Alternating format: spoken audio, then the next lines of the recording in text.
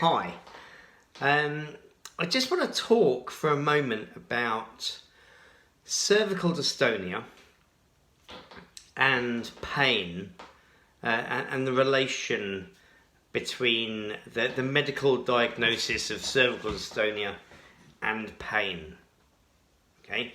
Now, I've been working with this condition for a number of years now, and I've noticed that about 40 to 50% of the people that I work with that are diagnosed with a medical diagnosis of cervical dystonia or cervical dystonia, whichever way you want to call it, have never had any pain. So they could be like this, or they could be like this, or they could be shaking, or whatever it might be. They've never had any pain.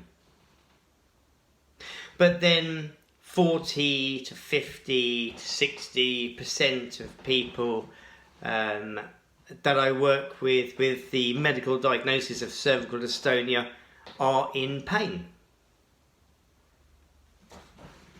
So if you can have a medical diagnosis of cervical dystonia and you're in pain, and you can have a medical diagnosis of cervical dystonia and you are not in pain, and the condition is only tense muscles,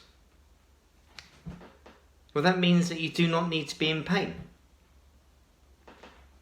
A tense muscle doesn't equal pain. Something broken, something damaged, well, yeah, that equals pain. I get that. But if you're living with something for months, years, and you're in pain, well, that doesn't serve a purpose. Because not all people that are diagnosed with a medical diagnosis of cervical dystonia are in pain, then that means that you do not need to be in pain either. Okay? Because you're not broken. When you get your MRI scan, there's nothing there. There might be the usual wear or tear on the spine, and that's normal, isn't it? It's normal for everybody. But it doesn't equal pain. So if you're suffering with cervical dystonia, medical diagnosis, and you're in pain, we can switch that off. Because the pain isn't serving a purpose, it's not real, you're not broken, you're not damaged.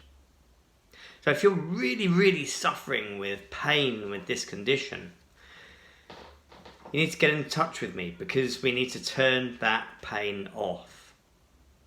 And once you switch the pain off, then your mindset can change. When your mindset changes, well, then we can work towards your recovery.